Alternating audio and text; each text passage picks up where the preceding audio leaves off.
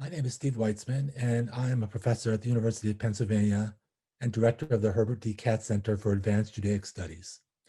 And I want to welcome you to our program this evening, an evening of reflection about life before and after the Pittsburgh Synagogue shooting.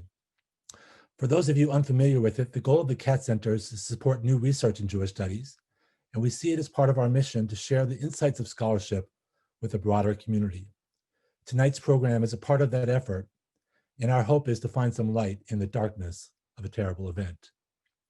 2 years ago, on October 27th, 2018, a shooter entered the Tree of Life Or L'Simcha congregation and launched what is now recognized as the deadliest attack on a Jewish community in the United States, killing 11 people and wounding several others. In the 2 years since, and especially after the onset of the pandemic, there has been so much pain and sorrow in America that far too many of us have let the tragedy recede from our memories. But the impact of the shooting remains very much present for the surviving victims, for the families of those lost, for the Jewish community of Pittsburgh, for the broader Pittsburgh community as well. And it should be present in the hearts and in the minds of the rest of us too. Tonight's program is meant to be part of that process of memory and reflection. It was inspired by the publication of a volume entitled Bound in the Bond of Life, co-edited by Beth Kissileff and Eric Lidgy, which is being officially released tomorrow on the second anniversary of the shooting. The idea for tonight's program came from a conversation with Beth, one of the co-editors. She is an incredibly creative and productive writer, generating many books and articles as a fiction writer, journalist, editor, and scholar. And she also happens to have a deep connection of Penn, having completed a PhD in comparative literature. It is a privilege to be able to partner with her on tonight's program. I also want to take a moment before we begin to thank some other partners and co-sponsors of tonight's program. They include the Jewish Studies program at the University of Pennsylvania, directed by Catherine Hellerstein, the Jewish Studies program at the Dietrich School at the University of Pittsburgh, and Michal Friedman in her role as the Jack Buncher Endowed Chair in Jewish Studies in the Department of History at Carnegie Mellon University. We are also indebted to the staff of the Katz Center, which include Diana Dennis Walters, our events coordinator, Brian Lipscomb, our technological support guru, Becky Friedman, our communications coordinator, and Dr. Ann Albert, the director of public programs of the Katz Center, who you will be meeting a little bit later in the program. So Beth will be leading the program, and I will turn things over to her in a few minutes, but I just want to say a word or two about the format before I begin. The program is going to run about an hour, beginning with remarks from 3 members of a panel that we'll introduce in a few minutes. You may submit questions to the panel at any time, either during their remarks or after, and we'll be able to view them, collect them, and Albert will be able to read them aloud to the panelists. She will appear on the screen after the end of their remarks, and I will not, so she'll be taking my place. I also wanted to note before we begin that if you are moved to purchase the volume that we'll be talking about, we'll be sending information during the program about a 30% discount that you can use to purchase it. So with that, I want to turn things over to Beth with my gratitude to her for initiating this program.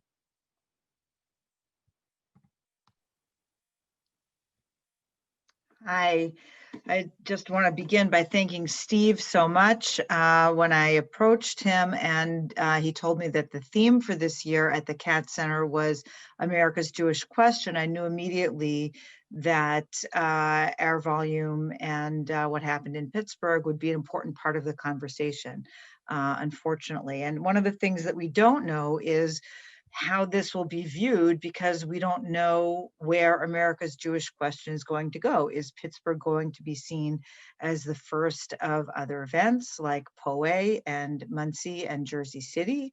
Or are those all blips and small moments that recede in terms of the larger accomplishments and place in American society of the Jewish community? And we just don't know. I was fortunate to work with a co-editor who's an archivist, and he often says, you know, we have to take the view of what's going to happen 100 years from now. And, you know, unfortunately, right now, we don't know how this event is going to be viewed, but I'm really glad for us to be part of the conversation. I'm going to be introducing each of the writers as they speak. I just wanted to say a word about my connections to Penn and then about the anthology as a whole. So my connections to Penn, I hold a PhD in comparative literature, and I did a lot of Bible while I was there. So Penn really gave me the skills in a lot of ways to cope with what happened, which I'll speak about in a moment. But my connection with Penn actually goes back even further, because I actually wouldn't be here if not for Penn. My parents met in a classroom at the University of Pennsylvania in the early 60s. And if that hadn't happened, I wouldn't be here. And my father's parents are both graduates of Penn. His father, Alfred Kissileff, it was the class of 33 from the veterinary school, and his name is still up on the veterinary school website for what he did. He was the first to successfully artificially inseminate a cow in America, and that's an accomplishment the veterinary school is very proud of. What's not on the website of the veterinary school is that one of his professors either failed or gave all the Jews in the veterinary school lower marks than they deserved, and said to them, "You deserve higher grades, but I don't like you, I don't like Jews, I'm going to give you lower grades." And this was something that apparently went on for many years. And I had heard my grandfather talk about those stories of anti-Semitism growing up. And so that's my grandfather, Alfred Kissileff. My grandmother, Julia Kissileff, is a graduate of the College for Women, 1936. And she wanted to go into business education when she was in college. And she was told that with a name, her maiden name was Reisman, her married name is Kissileff. You know, with a name like Reisman or Kissileff, you're not going to get a job in the Philadelphia public school system. So don't even try. And she didn't. She got married and didn't work. But when my grandfather got sick in the early 60s, he got better, and he lived until 1993, and she lived until 2003. But she went back to school, and she did get a job in the Philadelphia public school system. It was something she enjoyed very much, and she took many trips with the teachers in the summer, and it was really a very fulfilling part of her life. But both my grandparents experienced anti-Semitism at Penn. And anti-Semitism is something I knew that they had experienced. I asked both my parents, who were graduates of Penn 62 and 63, whether they had experienced it, and they said, "Not that I remember." So obviously, if they did, it didn't make a mark on them. And when I was growing up, it was not ever something that I gave much thought to. You know, I know it was something that existed in the past, but it wasn't really something that I thought a lot about. And I didn't feel it had much of an impact on my life. And after the election in 2017, you may remember, especially those of you in Philadelphia, there were a number of cemeteries around the country that were desecrated. Some of them were in Philadelphia. And one of the ones in Philadelphia is where my grandmother Julia's sister, who died at age 8 of, I believe, tuberculosis, and her parents and much of her extended family are buried. And now their section of the cemetery wasn't desecrated, but the rest of the cemetery was. And I wrote at the time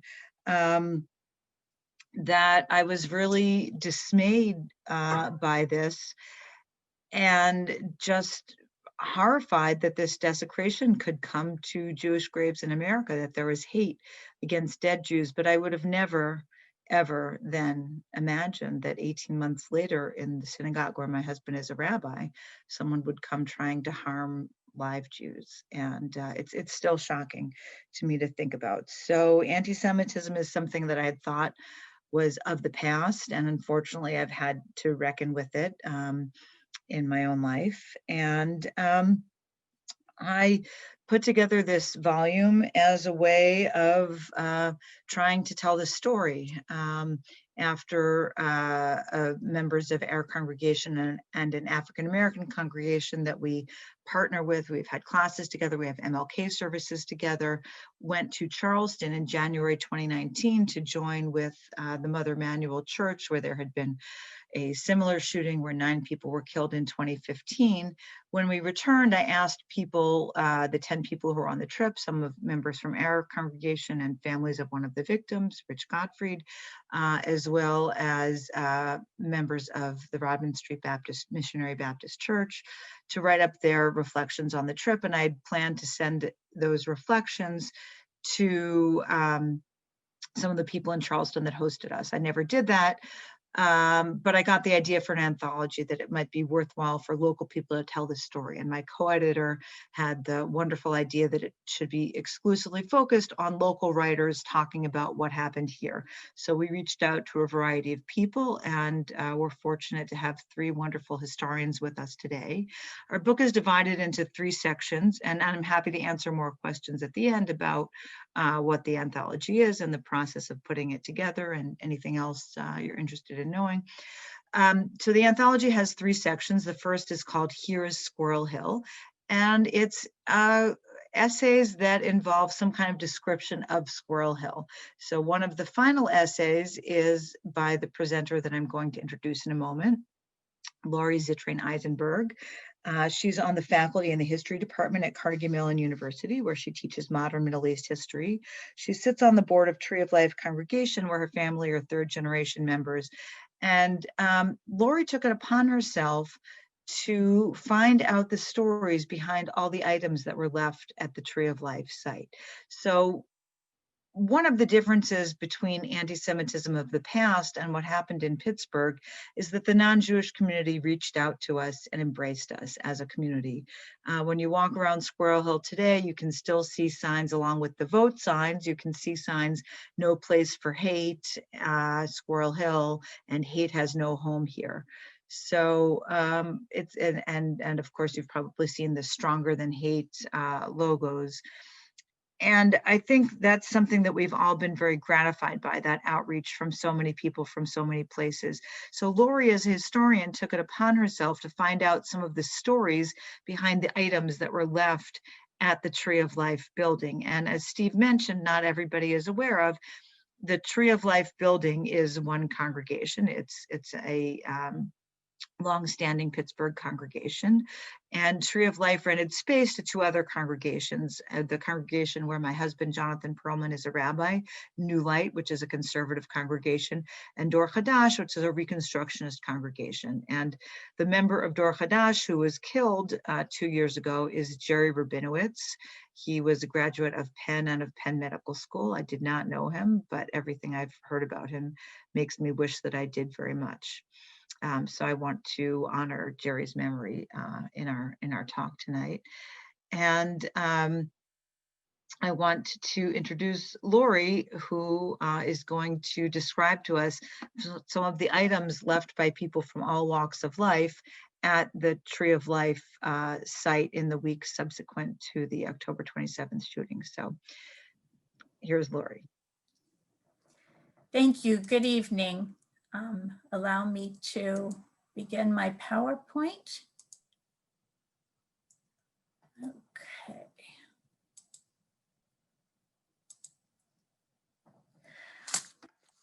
Good evening.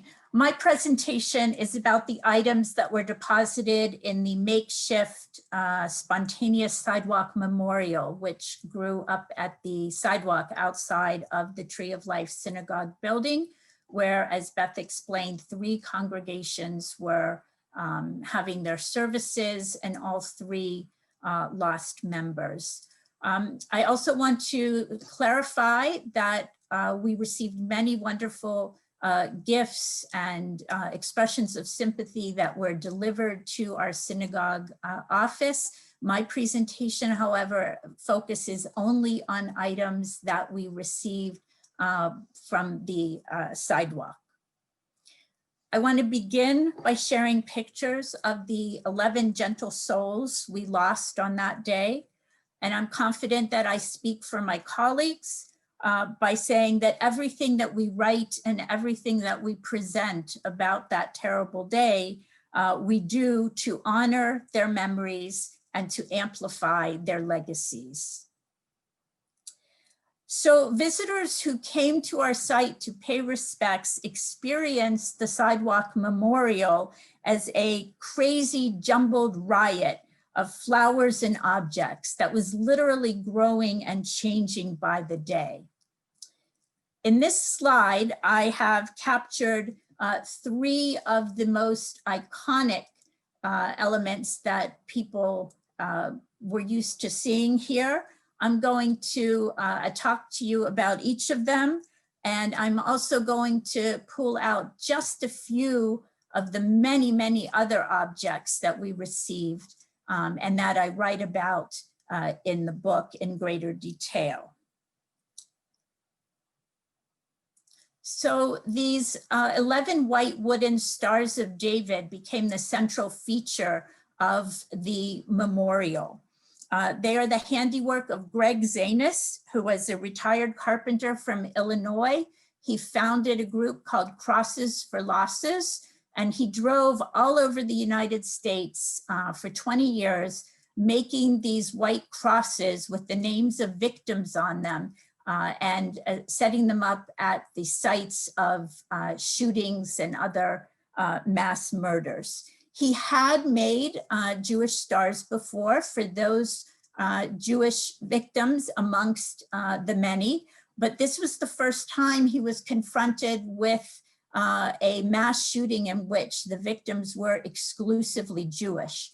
He was initially hesitant to bring the stars to Pittsburgh. He was concerned that he might inadvertently make a cultural misstep, being only so familiar with Judaism, but he was persuaded to do so by his wife, actually. As you can see, the stars are actually affixed to the standard white crosses that he usually builds. Leaving small stones at the site of a grave is a traditional Jewish mourning custom when we visit a cemetery. And he was very, very pleased when I pointed out to him that the horizontal bar of the cross forms a little shelf, and people instinctively coming to the memorial piled stones on the shelf. After 20 years, 800,000 miles, more than 27,000 crosses, Mr. Zanis passed away in May of this year. These next items are glass and china flowers. They are the work of a local architect and artist, Roy Penner. He made the first flower as a temporary grave marker for his wife, Barbara, who passed away 10 months before the shooting. He began making more of the flowers with the intention of giving them to their friends and families to put in their gardens so they would look at them and remember Barbara. So when the attack happened at the Tree of Life, he went to his workshop and selected 11 flowers, and he brought them up and on his own initiative simply planted them, so to speak, in the Tree of Life garden. And the overwhelming response to the flowers was that people were saying, they look so beautiful here, they must have already been here and be part of the garden. But then they counted them, and the fact that there were 11 attested otherwise.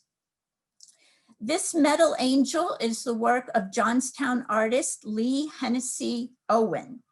She has much larger angels at all three of the 9/11 memorial sites and at the sites of other tragedies across the country.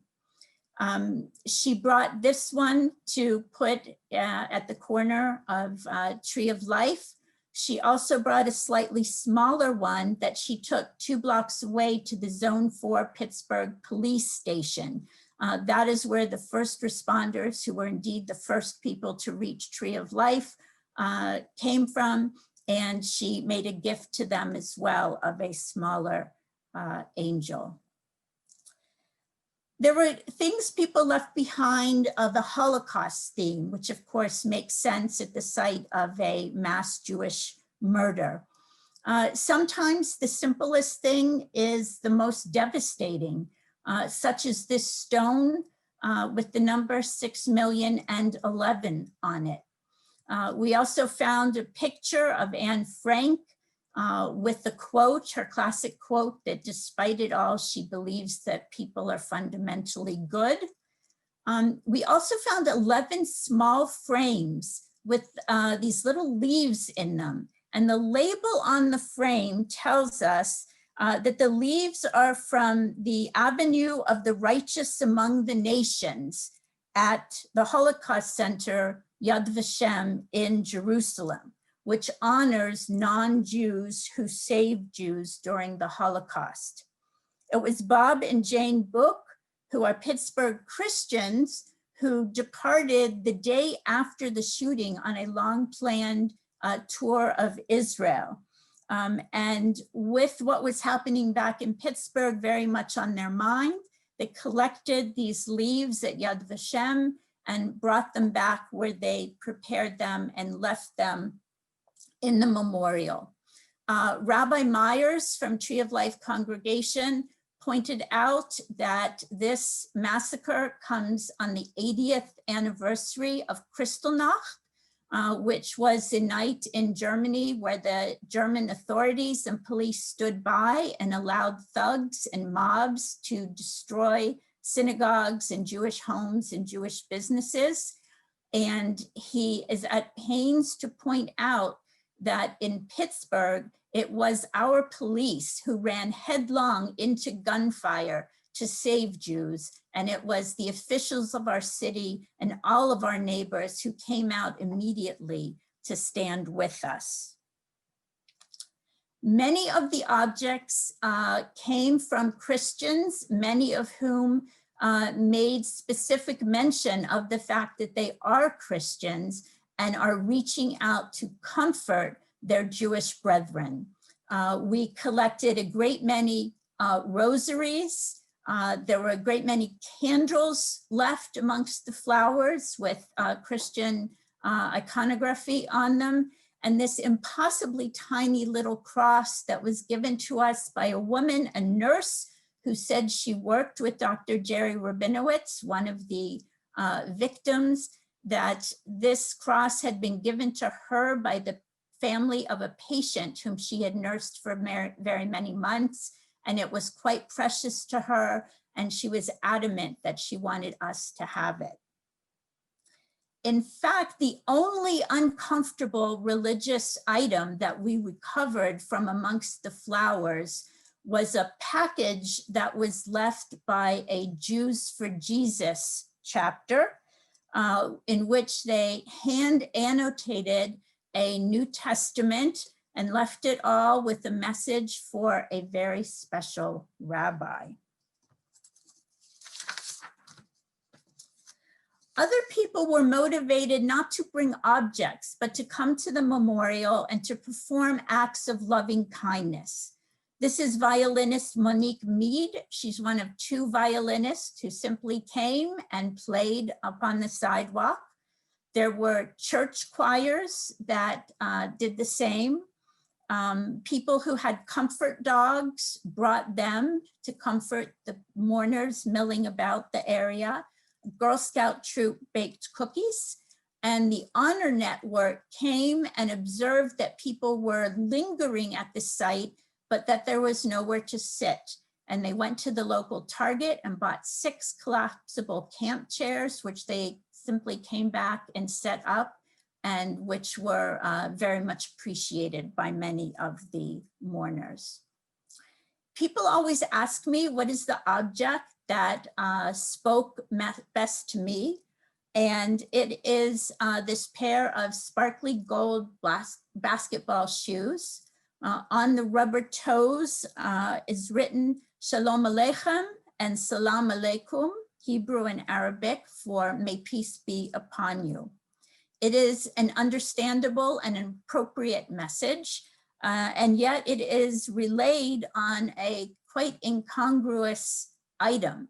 And I think it's the dichotomy between the accepted sentiment and the completely unexpected vehicle on which it was delivered that always makes this stand out in my mind. We deconstructed the memorial after 2.5 weeks. We were concerned that there was snow coming and that the objects would be destroyed or damaged. We brought them inside. They have been photographed and cataloged, and most of them will end up in the Pittsburgh's Rau Jewish archives, where they will be accessible to future researchers. In the interim, we have taken all of the objects that we retrieved from amongst the thousands of flowers, and behind this bank of glass doors at the synagogue, we have constructed another memorial. People still come to look at these objects 2 years later, and they still find comfort and inspiration there.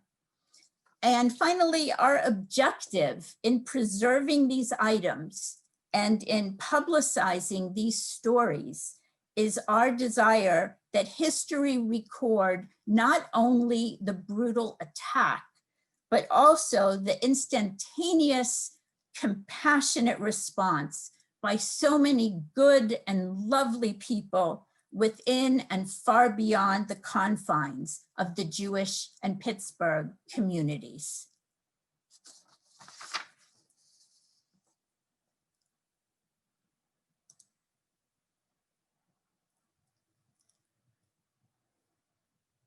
Thank you. Okay.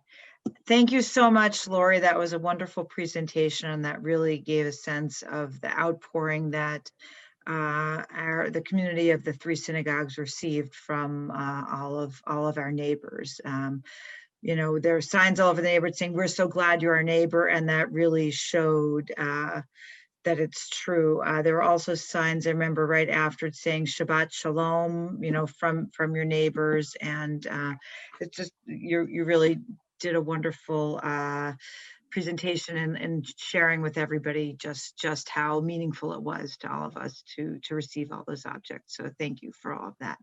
So I next want to introduce Adam Shear, who wrote an essay in the second section of the anthology. The second section of the anthology is called Finding the Vessels.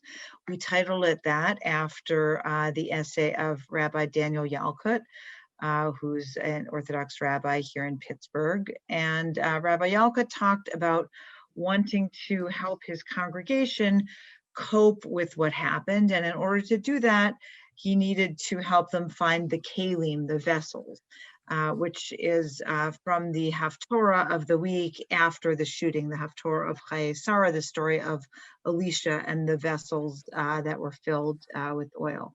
So one of those vessels is Jewish history. And we were fortunate to have a historian, Adam Shearer, who is a graduate of the University of Pennsylvania, like I am. We first met when we were in graduate school, and now we're neighbors in Pittsburgh. And Adam's area of expertise is early modern Jewish thought and culture, with a particular interest in the history of Jewish books and the impact of printing on Jewish culture. He and his family have lived in Squirrel Hill since 2002, and he teaches religious studies, Jewish studies, and history at the University of Pittsburgh. And in his essay, Memorialization, Mourning, Surviving, he writes both about the development of Jewish mourning rituals, his own mourning for his father, and includes a few Jewish jokes, because that's also, fortunately, we don't only have serious things, we do also have a history of humor as well. But and just, I want to say something more about the section. In this section, we have essays from people who use a variety of different vessels, a variety of different coping strategies.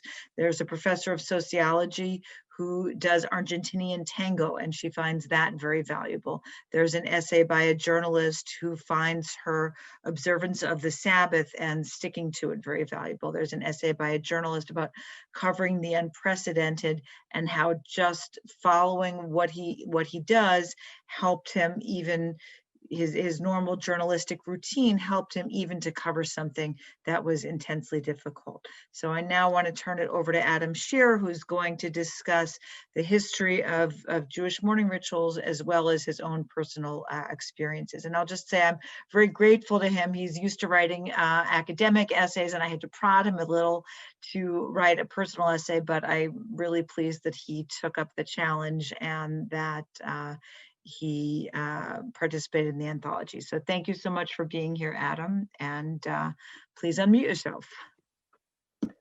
Hi, good evening.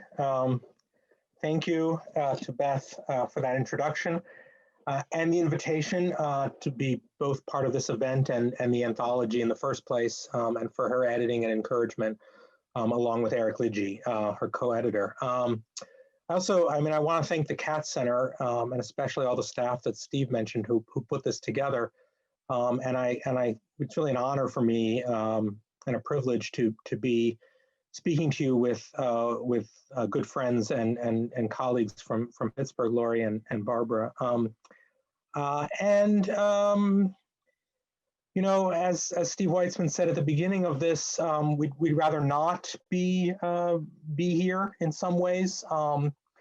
Of course, with any event like this that commemorates a tragedy, a massacre, a violent act, an evil act, we'd rather that hadn't happened, and we'd rather that we weren't here commemorating it. But I have to say, since we can't wish away the past, and we can only learn from it, and as Laurie so beautifully said, we can honor the memory of those who were killed by taking meaningful action. And I think this kind of event, this kind of discussion even, is in some ways that kind of meaningful action. And I can't resist saying that it's really a great honor for me to be doing this as part of a Katz Center event, which, as Beth mentioned, I was in graduate school at the University of Pennsylvania.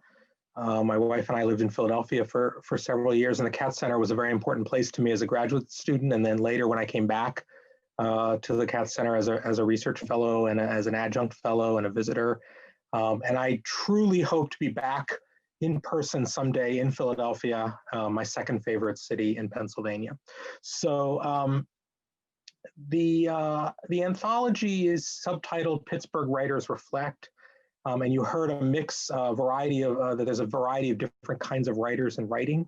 The group tonight were the academics, and I think that's really in keeping with the mission of the Katz Center, and also the Jewish Studies program at Pitt that I've been part of, which really both at both ends of the state, both ends of the Commonwealth, really take the mandate to bring scholarly knowledge and academic reflection to a broader public. But I have a disclaimer. The topic of the Katz Center this year is America's Jewish questions.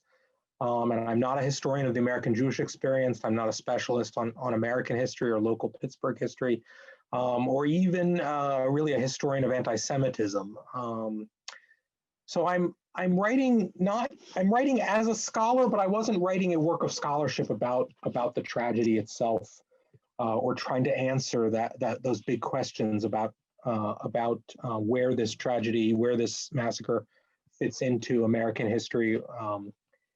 But I'm a scholar, I'm a historian, and that's really part of my identity. I'm also a Jew and a resident of Squirrel Hill, as Beth said, for 18 years, which in Pittsburgh makes you a newcomer. But I sit with all of these identities, and so in a way, it's a personal essay where part of who I am as a person is a scholar. And I am a scholar of, as Beth said, medieval and early modern Jewish history and culture. And so the way that I began to think about this, or the way I should say I began to process this horrible event with all of these identities, was as someone who thinks a lot about the Jewish experience across time, across even long periods of time. And so I think my essay's title, you heard the main title, Memorialization, Mourning, Surviving, And in good academic fashion, I added a subtitle after a colon, Reflections, Potentialities, and Distractions from the Jewish Past. And it's a mouthful, but I think it really conveys something of what I was trying to do or work out for myself in the essay I wrote. And what I wrote, as Beth said, was a series of fragments that juxtapose my personal experience of what had been happening or what happened on October 27th, and then how people continue to think about it over time, really over the first year afterward, and then into the second year, which we're coming to the end of the second year after the event. And I sort of took that and tried to put it together with a presentation of the history of a particular Jewish memorial practice, in each case, the Mourner's Kaddish, the Yisker Memorial Service, and then to reflect on my experience of that practice when, for example, I was a mourner for a loved one, for my father, or when I was a participant in a communal act of memory, the Yisker prayer, the prayer in the Yisker service commemorating past Jewish martyrs.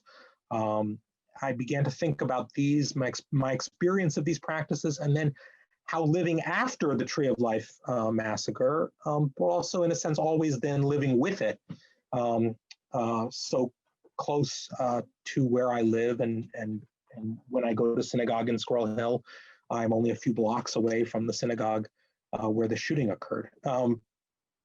And how living after this event either changes or doesn't change my own personal experience, and then in some ways also thinking about the community's experience collectively and how we might then look at these practices different. So it was complicated and it's hard to summarize.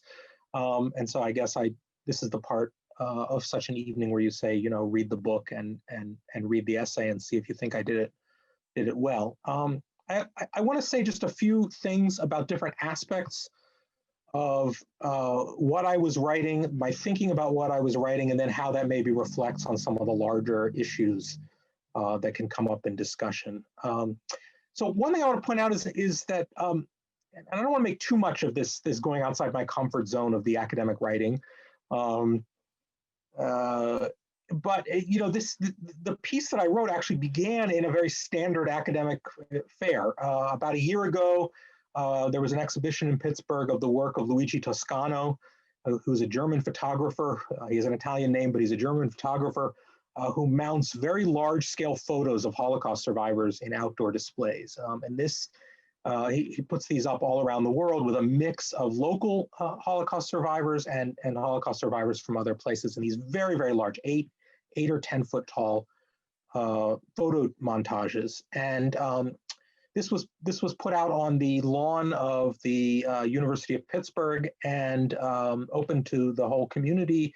And it coincided with the first anniversary of the Tree of Life massacre, although it was also at the same time something that was being planned somewhat independently of that. And in thinking about the conjunction of those two events, the University of Pittsburgh, the Jewish Studies program there, put on a one-day mini course workshop on public monuments memorialization in 20th, 21st century Jewish and European and American contexts. And I was essentially asked if I might kick off the day with a kind of brief overview of traditional Jewish memorial practices, pre-modern Jewish memorial practices, and so on. And so that's when I simply gave a very standard lecture on the history of these practices, Mourner's Kaddish and where that came from, how it's changed over the years, of the evolution of the commemoration of a parent's death, the Yortzeit, and then of other deaths on the anniversary, the Yisker Memorial Service, ways of memorializing martyrs, memorial books and their function in Jewish communities. And so, as I said, this was very standard academic fare for me, and maybe it stretched me a little beyond some of my standard research areas, but it was like putting together a lecture for an undergraduate class, and the academics here will understand that you do that all the time. You stretch a little. But the invite from Beth and Eric Lidgy, as well as their prodding me and my failure to meet deadlines and then meeting the deadlines, pushed me really demanded that more personal reflection. And then that's when I took that historical matter that I've been talking about and began to think about how it connected really to the way that just me as a person living in Squirrel Hill, as someone who's connected to this community, who's didn't know any of the those killed personally, but in the way that Squirrel Hill and the Jewish community and this part of Pittsburgh works, I was no more than 3 degrees of separation. Forget about the 6 degrees of separation, really 2, 3, in some cases 1 degree of separation away. And so that's when I began to think about, in a sense, living through memorialization of an event and in a sense, reflecting on the past while also thinking about and watching and then being part of the emergence of memorialization practices. And I think in a way, what I was doing in that essay was sort of maybe going, Laurie talked about just showed you all this incredible and almost spontaneous kind of memorialization right after the event. And then the cycle of a year, maybe another year and a half to the point where I had finished writing the essay was in a sense the next stage of that. And I want to be clear, I wasn't trying to be prescriptive. I wasn't trying to write out how I thought the Jewish community or the wider Pittsburgh community or the Jewish community outside of Pittsburgh and around the world should or should not commemorate, or I wasn't writing new rituals or trying to be prescriptive. I'm not a rabbi. I'm not a communal leader. So I wasn't making policy suggestions. It wasn't that sort of thing. But there's that saying, it's probably not by Mark Twain, that history doesn't repeat itself, but it sometimes rhymes. And so the thinking that I was doing there was really very a personal feeling that although I had not gone back in a time machine to 1096 or 1348 or 1903 or any of the other years that connote tragedy, not to mention in Jewish history, not to mention the Holocaust. I hadn't gone back in time to those, and I wasn't living through those things. But I was, in a way, part of a process of living through the memorialization in real time of what was happening. And I think that's something going on. I think it's worth noting here that I wrote my essay really after the pandemic started. I had started it before, but I really wasn't able to finish it until after the quarantine and the lockdown. And so I think in some ways what that made me realize was, just as historians who had studied past pandemics, epidemics, cholera, the Black Plague, they didn't feel that they were now in 1348 or 1918, but they felt that they were living through something that gave them a renewed perspective on something that historians do all the time, which is bring our present experiences to our interpretation of the past, but that this was taking on really new meaning. And I felt, for me as well as for many others in the community, we're really experiencing this kind of moment of memorialization in real time. Just one more word, which is that the other night I had the privilege of watching a panel of journalists, including Beth, Peter Smith, who's a reporter for the Pittsburgh Post-Gazette, who was also in the volume, and some other journalists who spoke at an event sponsored by the Columbia Journalism School about Tree of Life and mentioning this anthology, but also many other things. And they were really talking about how you cover traumatic events of mass violence as journalists. And one of the questions that came up was, how should they balance the professional detachment of the reporter from the empathy of the human being? And a reporter who had covered the Parkland shootings wrote in the chat there about crying while reporting. And I think this question resonates not only for the journalists, but for the question that scholars often ask ourselves, right? I mean, how detached should we be? How much distance should we have when we think about things? Is objectivity possible?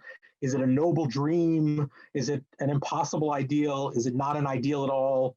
In religious studies, we talk about the insider-outsider problem, right? How do you understand your own religion if you're inside it, or do you have better insight if you're inside it, or do you need the detachment of the outsider? And notice that we use the word problem right there as something to be overcome, this problem. And many different fields in the humanities or the social sciences, right, think about this. And of course, I spend time in the classroom trying to make sure my students have distance, critical distance, and so on. And I guess I don't want to say that in our quest for good scholarship, right, we have to put the empathy out the window. I mean, I don't think any scholar does that when writing about or thinking about horrible events. But I think to some extent we do compartmentalize, or we empathize, but we try to keep it together, quote unquote, keep it together to seem professional. And I think maybe I even did a little bit of that in this essay, right? I think some of the essays in this anthology are much rawer, more, I'm even starting to talk like a Pittsburgher, but more raw, I guess, much more visibly emotional than mine was. And you might even read my essay and say, wow, I was really using this, Adam was using the scholarly tone, plus a couple of jokes, maybe to keep the deeper emotions at bay. But I think that's not quite the whole story. I think that in a sense, all of us in the volume, maybe to some extent, although I really can't speak for others, I can only speak for myself. But I can imagine that others might have thought this way as well. A little bit is that this process of writing out what we were thinking.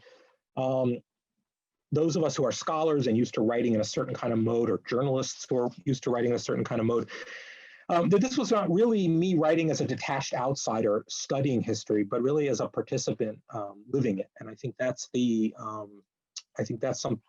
point that I'd like to think about and to take away, that for anyone, whatever their connection to the victims or who experience this in any way as a Pittsburgher, as a Squirrel Hillite, as a Jew, that even after the event ends, the process of how one thinks about it, how one commemorates, how one mourns, in what way one mourns, what does it mean to mourn, that this is all really participation in a process. And that then, scholarly detachment has to be there enough to write down in a coherent way what one is thinking, but one can't really separate the writing from the experience. So I'll stop there.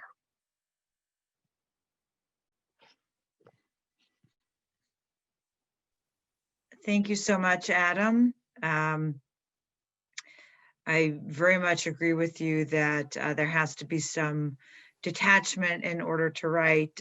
People often ask me why I got involved with this. I wasn't actually there in the building. And I say, well, my husband, who was in the building, doesn't have the same detachment that I do from the event. And I think it's important to note that all of us that are able to write about it are doing so from some kind of place of detachment. So thank you very much for both your scholarly and your personal reflections, Adam.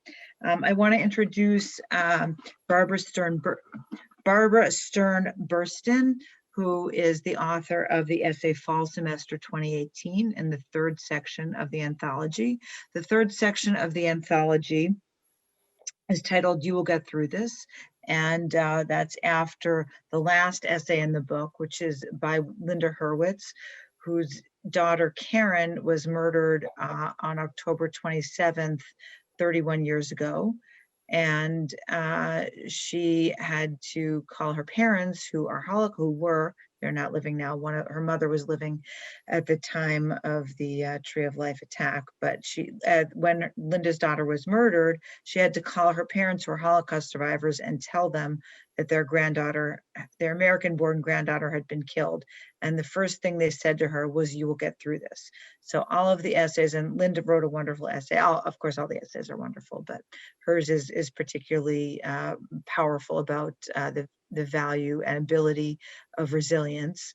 So all the essays in this section are about resilience in some way. And in Barbara Burstin's essay, which she's going to talk about now, she talks about teaching her classes that fall semester at the University of Pittsburgh and what kinds of reactions the students had and how she helped them cope, and what some of her prescriptions are, both from the past and her hopes for the future, as she is a historian of Pittsburgh. She's written a book on Sophie Masloff, who is the former mayor of Pittsburgh.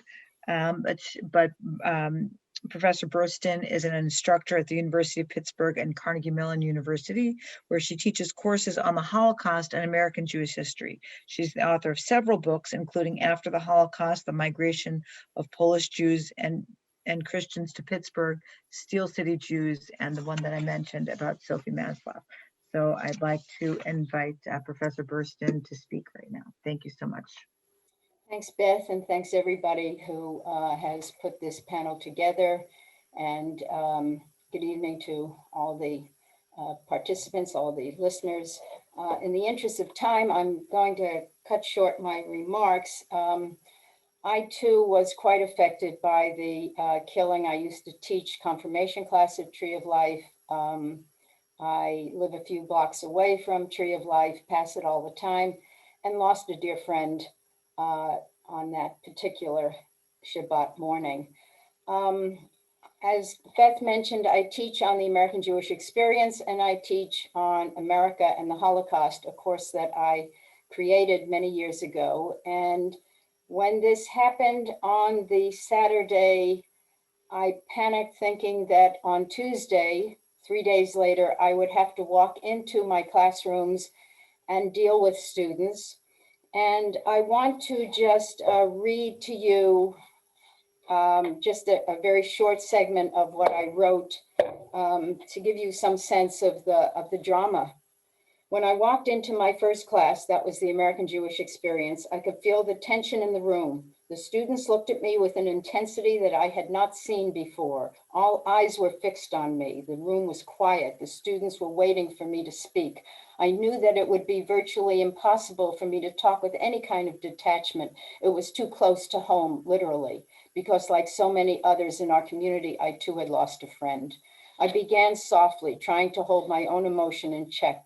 But once I started, the room very quickly erupted into an outburst of emotions. The Jewish students in the class cried out that they were afraid. They were afraid for their own safety on campus and afraid about what this meant for them and their future as Jews. For some, they questioned God. How could this have happened and why? It made no sense to them.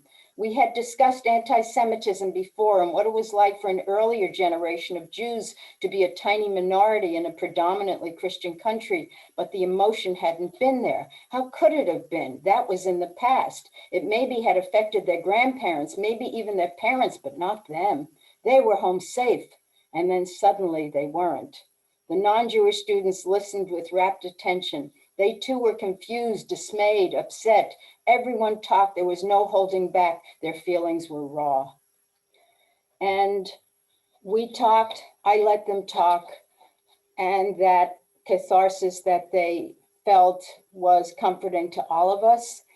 And then I had to leave that class and go into my next class on the US and the Holocaust, a class that really had attempted to show that America was not such an innocent player on the rise of Hitler and of course the ongoing, the development of the Holocaust itself.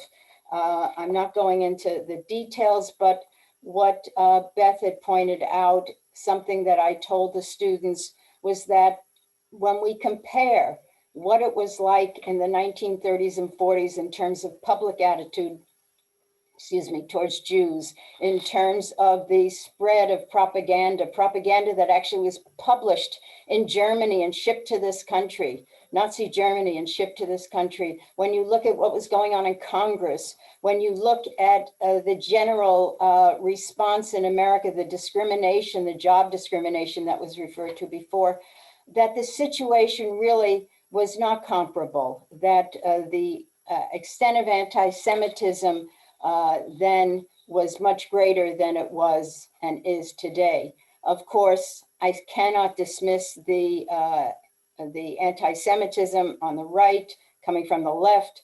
It's out there, we cannot deny it, but we have to put it in perspective. And I think that that's very important.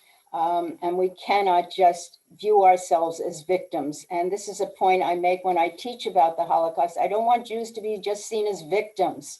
I want them to be seen as contributing members of society who had and who have their own abilities and dreams and can make contributions to society. And frankly, that is what I hope will be part of whatever happens with the Tree of Life building, because for those people who ultimately will be coming to the Tree of Life building to be on the site where this greatest massacre in American history of Jews occurred, I want them also to recognize that Jews are living, breathing people who have made tremendous contributions, that their religion and their faith and their contributions are still very much alive. So that is what I also wrote about in this essay, trying to think about where we go from here. Obviously, there's a lot more I can say, but we're really pretty running out of time. So let me stop right here and take any questions. Okay, thank you so much, Barbara. I think your prescription of remembering the lives of Jews is very, very important. And I just want to add here and wrap up, you know, because I studied Bible at Penn, one of the things that I did the first Saturday night, that after the shooting, of course, I couldn't sleep. And when I woke up in the middle of the night, I wanted to focus my mind somehow. And I thought, what am I going to do? How can I focus my mind? I thought, well, I'll read the Parsha. So it turns out the Torah portion for the week after the shooting was Chaye Sarah, the life of Sarah. And I was really guided by that because, and this is something, you know, had I not studied Comp Lit at Penn and not studied Bible with Professor Jeffrey Tigay and my other professors, I wouldn't have been able to do this. But, you know, being able to look at the Torah and to say, okay, you know, this is the way that we commemorate people. Abraham talks in his eulogy about Sarah, talks about her life. And we too need to think about the lives of these people. These 11 people were all the people that were early to synagogue. They were the first ones there. They were the devoted people. And, you know, that's something I'd very much like for everyone to remember, is that the reason that they were killed is that they were devoted to prayer and to synagogue and to community. And that's very important to remember. So, and I'm going to turn it over now to Anne to invite any questions, but I hope we'll have a moment at the end just to read the names of all of the 11 victims before we sign off. Okay, thank you so much. That was really moving and powerful to listen to all of your reflections on your experiences of this event through different lenses, personal and scholarly.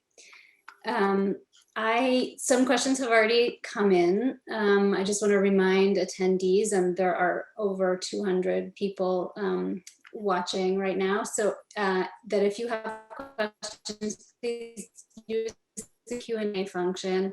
We may get to all of them, but we will run over our intended end time by 5 or 10 minutes in order to make some time for questions here. Some of the first questions that came in were for Laurie. First, there was just a specific one, a point of fact. Someone asked, was the name of the artist who made the beautiful metal or bronze flowers, was the name of that artist Lloyd Singer? So, or is it a different artist? No, it's a different artist. Her name is Lee Hennessy Owen. Okay, thank you. And then another person asked if you just could comment a little bit on the phenomenal student artwork that was along the street. We grew disturbed to see how the synagogue put up a perimeter fence with kind of a dingy blue tarp, and it indeed made the synagogue look very abandoned and dreary. And like Barbara was saying, we did not want that to be our identity. So we ran a contest and invited young people 18 and under to create uplifting, positive, healing, optimistic images. We got over 200 of them, and we had the space to print 100 of them on these beautiful windscreens. It looks like there's a sidewalk gallery of beautiful artwork, just kind of projecting back to the community the support and love and the positivity that they shared with us. And Laurie is being modest, but she was the one who kind of came up with the idea and made it happen. And another thing to note is that a number of those submissions were from Parkland and Newtown. Is that right? Yes. So that there was something very important about other communities that were impacted by violence reaching out to us, you know, just as other places had reached out to them, they reached out to us as well. And that's something I think that all of us feel is a very important source of comfort. If attendees are interested in seeing the artwork, Google up the Tree of Life website, Tree of Life in Pittsburgh, and you can look under community projects, and there's a gallery with all 200 of the artwork there.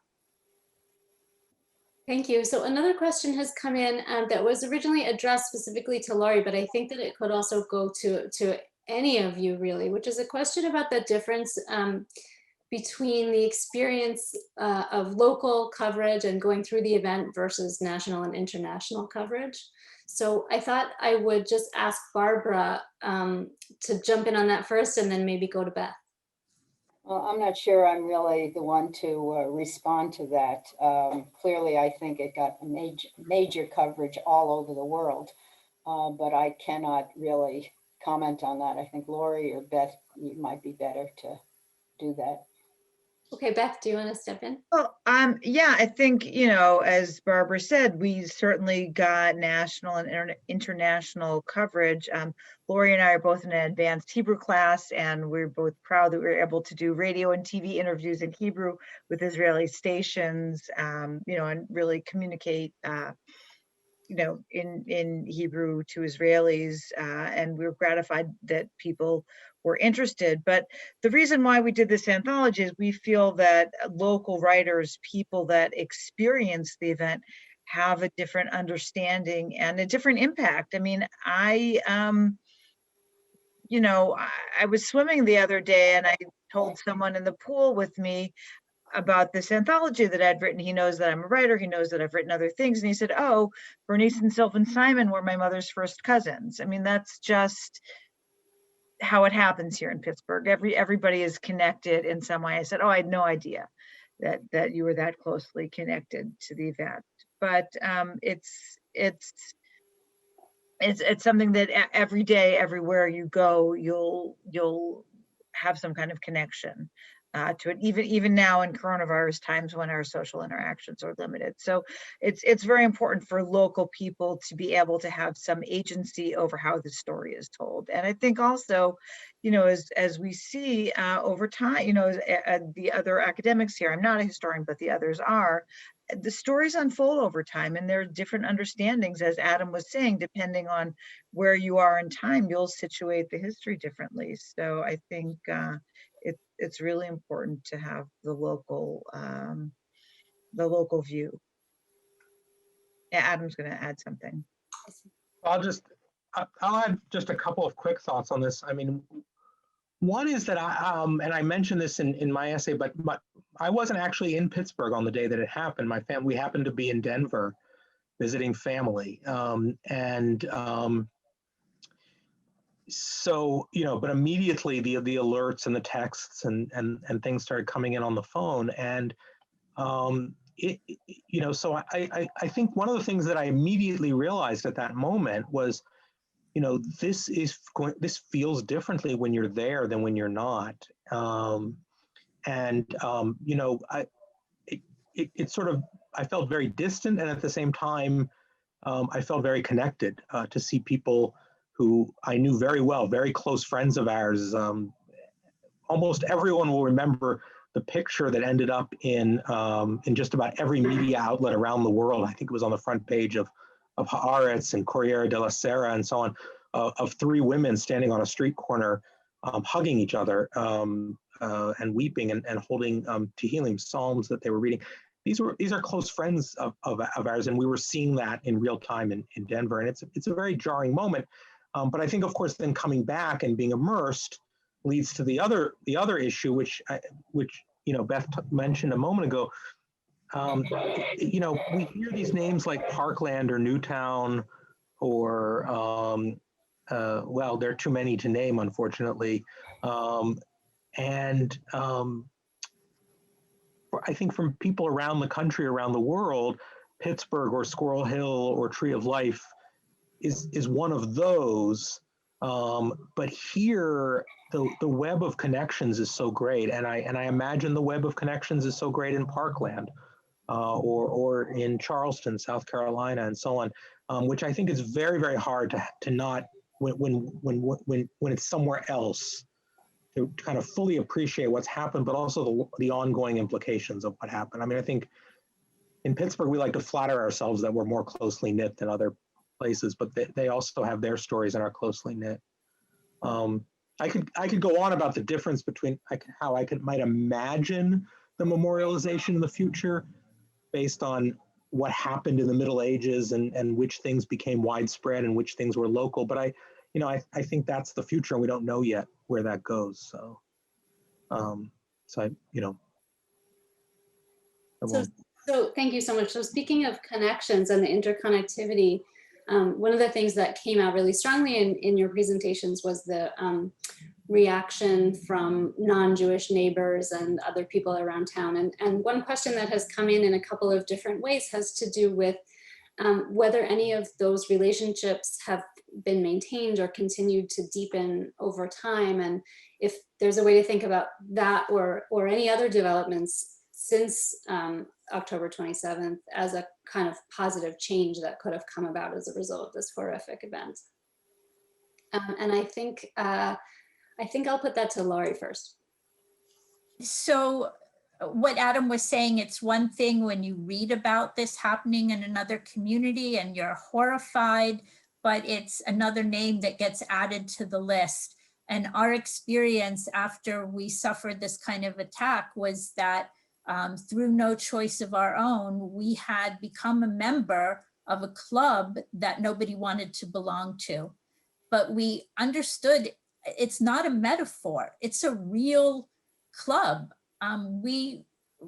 People reached out to us from Columbine, from Newtown, from Parkland, from Charleston, and they were people that we recognized, some of them having seen them in the media before.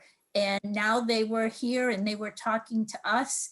And we came to understand over time that being a member of that club brings with it obligations and responsibilities. And one of those is that when the next mass shooting occurs, which there were already a great many in the last 2 years after ours, it is incumbent upon us to reach out to other communities and to offer them support and to offer them strength and to comfort them the way we were strengthened and comforted by others. So those relationships are real, and those contacts continue, and will never be the same for having joined this club.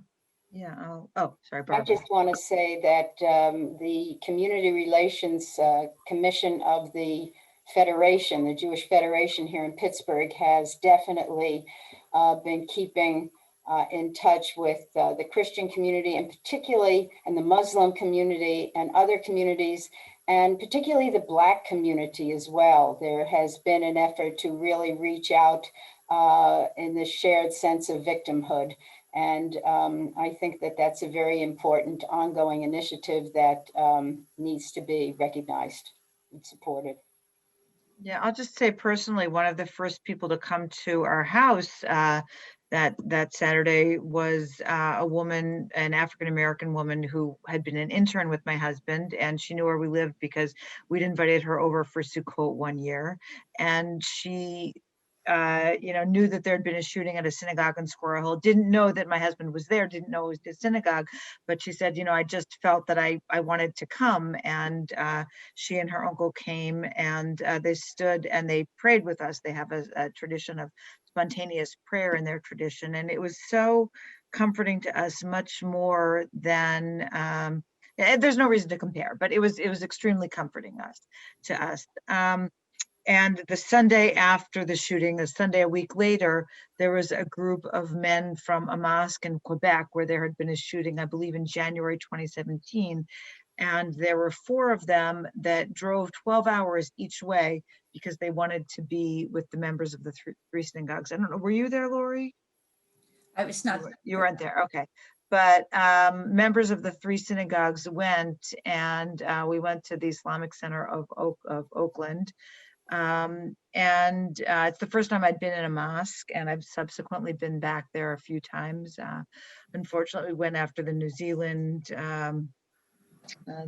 shooting, and my daughter had an assignment for school for her art history class, and she wanted to look at, I think it's called the Mithra. And so she said, I want to go to the mosque and see how it's actually used in the service. So we went, and when we went, we felt like we were part of the congregation. It was the same way in a Jewish congregation when there are announcements at the end, no one's paying attention. Everybody's just trying to get to the Kiddush.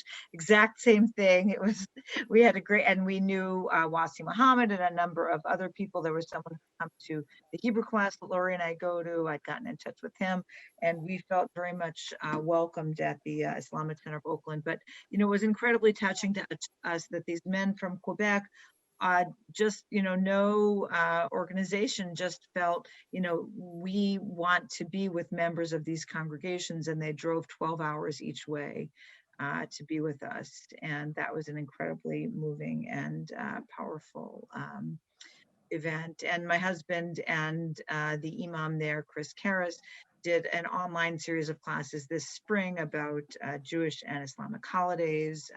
My husband's continued his relationship with the Rodman Street Baptist Church. They've done some online things.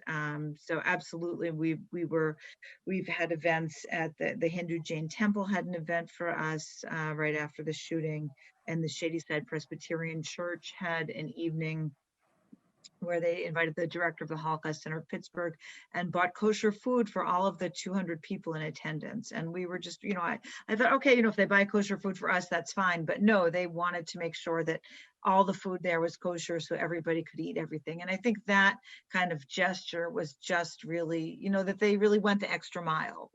They really wanted to make sure that we felt incredibly comfortable. And you know, we just feel very grateful and moved that, you know, much as we've reached out to other congregations over the years, they've also reached out to us. And I'm sure the other congregations feel that way as well. And as Barbara said, the efforts of the Jewish Community Relations Council as well. But it's something that we've been working on, and I hope to continue to work on because it's important.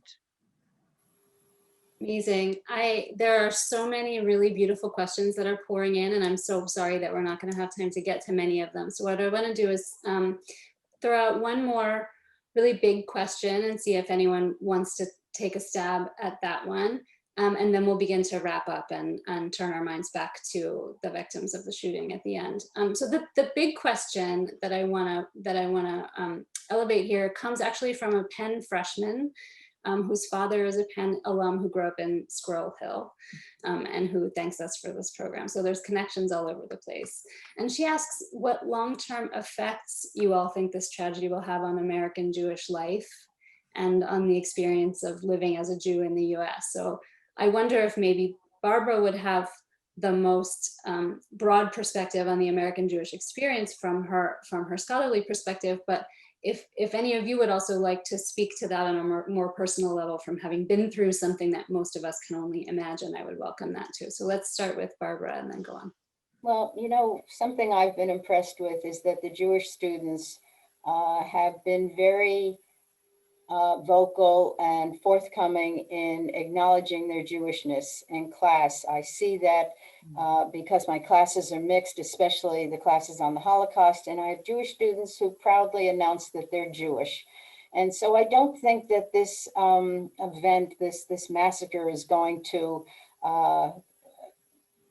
really impact in a negative way on young Jewish students and the youth. I think that it will only really further their commitment to being Jewish, to talking about it. And I think that that's something that I find very encouraging. Now, I don't know about Laurie and Adam, but I certainly don't see it turning away. I see the opposite. Adam, do you want to say a few words? We have about 30 seconds for each of you.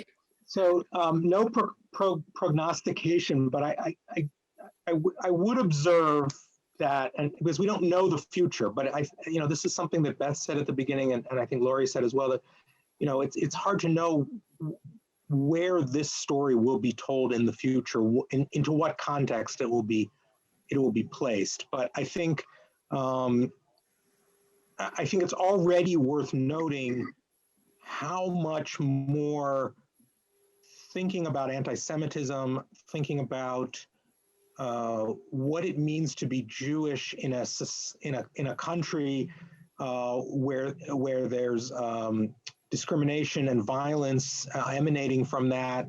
I think that it's very difficult to separate what happened. In fact, you can't separate what happened at Tree of Life from the broader political context that we're living in.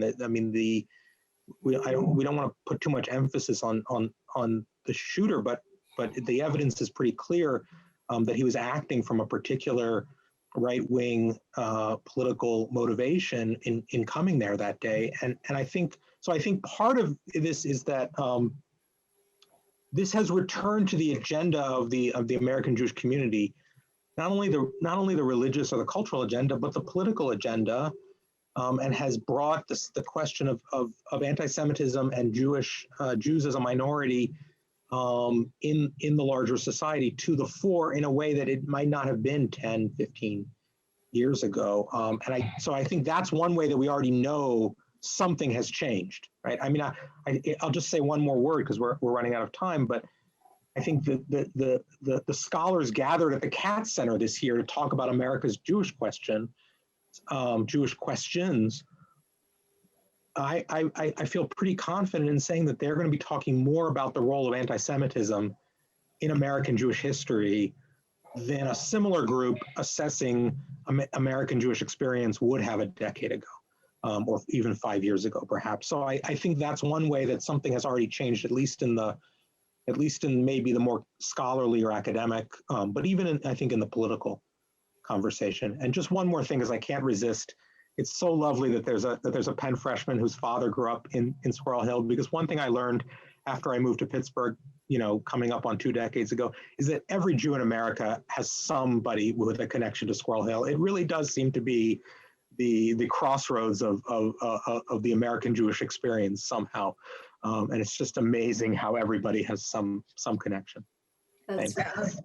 Laurie, do you want a last word on this? Yeah, please. I'll speak quickly to a phenomena that I've witnessed over and over again in the past 2 years, particularly in the first year after the shooting, which is so many people reached out to the synagogue to say, our youth group is traveling through Pittsburgh, our church is coming to a choir recital in Pittsburgh. We have, a group of 8th graders on a bus going cross country. They want to come through Pittsburgh. May we come to the synagogue and pay respects? And there were so many of these requests that we put together a program and have a lot of members who volunteered to go out and to meet these people and to spend time with them and to talk with them. And maybe the quintessential example is a group of 8th graders from this little school in Iowa were coming to Pittsburgh with chaperones, their teachers, and they wanted to come and speak to us. And we scrambled and put together some of our Hebrew school students and teachers to meet them, and we had a meal with them.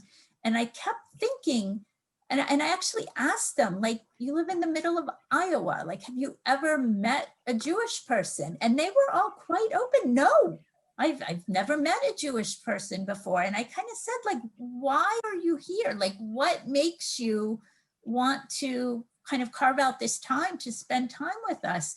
And there were just really lovely responses about, we were just heartsick at what happened to your congregation, and we want you know, to make a connection with you. And we were very conscious of the fact that, you know, those 10 students and their 5 teachers were going to go back to the middle of Iowa, and they were going to be able to say to their neighbors, to their families, to their friends, we went to Pittsburgh, we met Jewish people, we talked to people who, you know, are connected to what happened at the Tree of Life.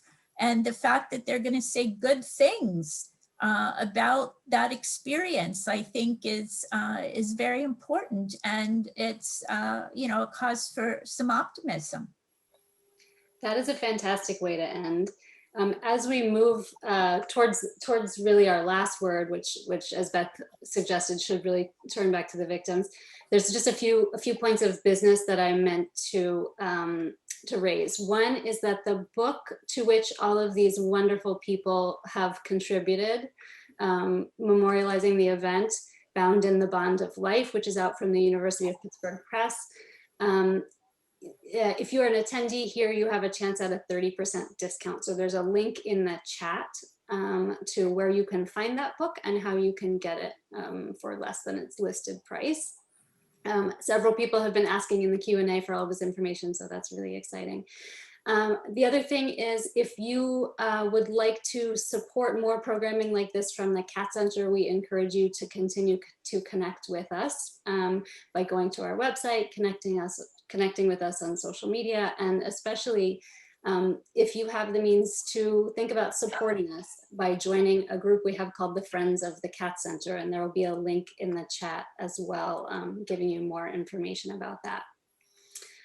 With that, I really want to thank all of the staff at the Cat Center as well, who and all of our partners who worked to put this program together. Before we wrap with a reading of the names of the victims, there was one other question which arose, which I thought we could insert at this moment, which was a question about those who weren't killed but who were injured, either physically wounded or emotionally traumatized or wounded in other ways. And so I wonder if maybe Beth, could you just maybe say something for about a minute or so? Right. So there was one man, Dan Legger, who had been a hospital chaplain, a member of Dor Hadash, who was injured. He underwent many surgeries. He's physically functioning.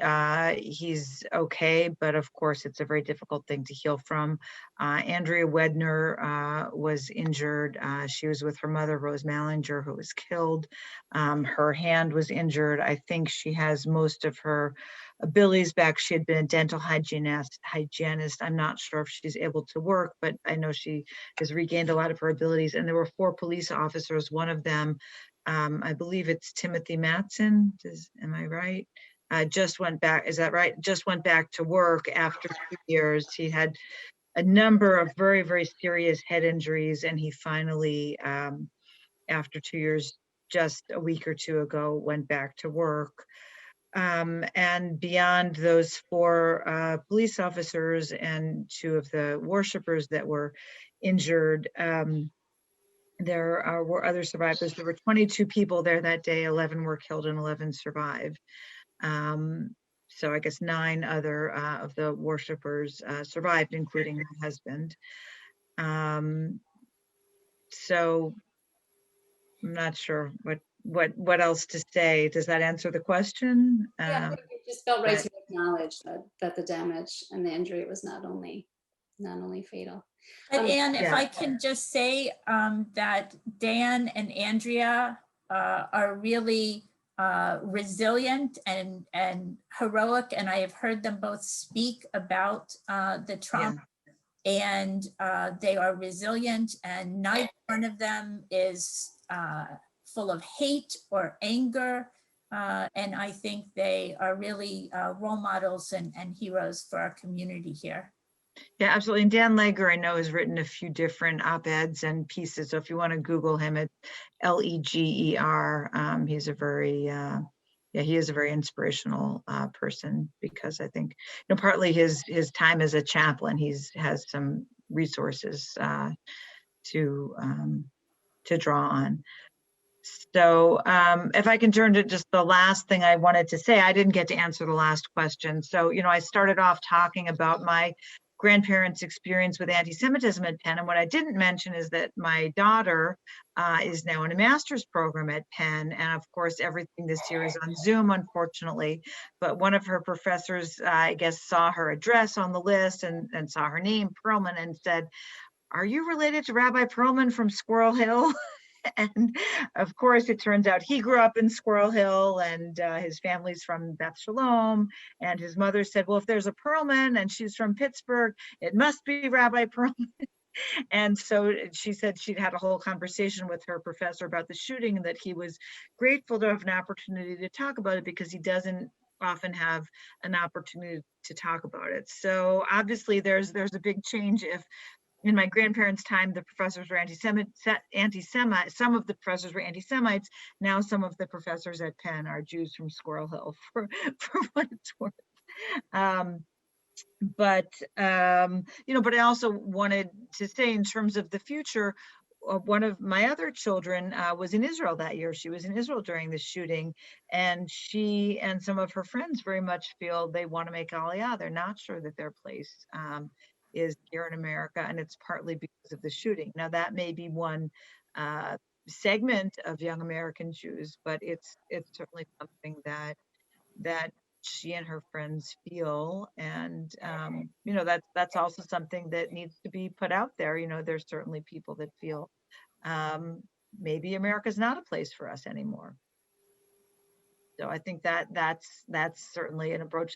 We don't have, well, there's one essay in the book that talks about Israel, and I also talk a little bit about it when we went to visit her, but that's certainly something I wanted to bring up. So I just wanted to conclude our evening. I'm just going to read the names of the 11 victims in English and Hebrew, because as Laurie said, this is really the whole goal of this is to honor their memories. They didn't ask to be martyrs. They didn't ask the death they had, but they all died because of their devotion to Judaism. And I think it's really important that we remember them in that spirit. Joyce Feinberg, Edith Balcha Bat Abba Menachem, Richard Gottfried, Yosef Ben Chaim, Rose Mallinger, Razel Bat Abraham, Dr. Jerry Rabinowitz, Yehuda Ben Yehezkel, Cecil Rosenthal, Chaim Ben Eliezer, David Rosenthal, David Ben Eliezer, Bernice Simon, Bela Rachel Bat Moshe, Sylvan Simon, Zalman Shachnam Ben Menachem Mendel, Daniel Stein, Daniel Avraham Ben Baruch, Melvin Wax, Moshe Gadol Ben Yosef, Irving Younger, Yitzhak Chaim Ben Menachem. May their memories be bound in the bond of life. Tehei nafsham tzurim b'tzror chaim. Thank you. Good night, everyone.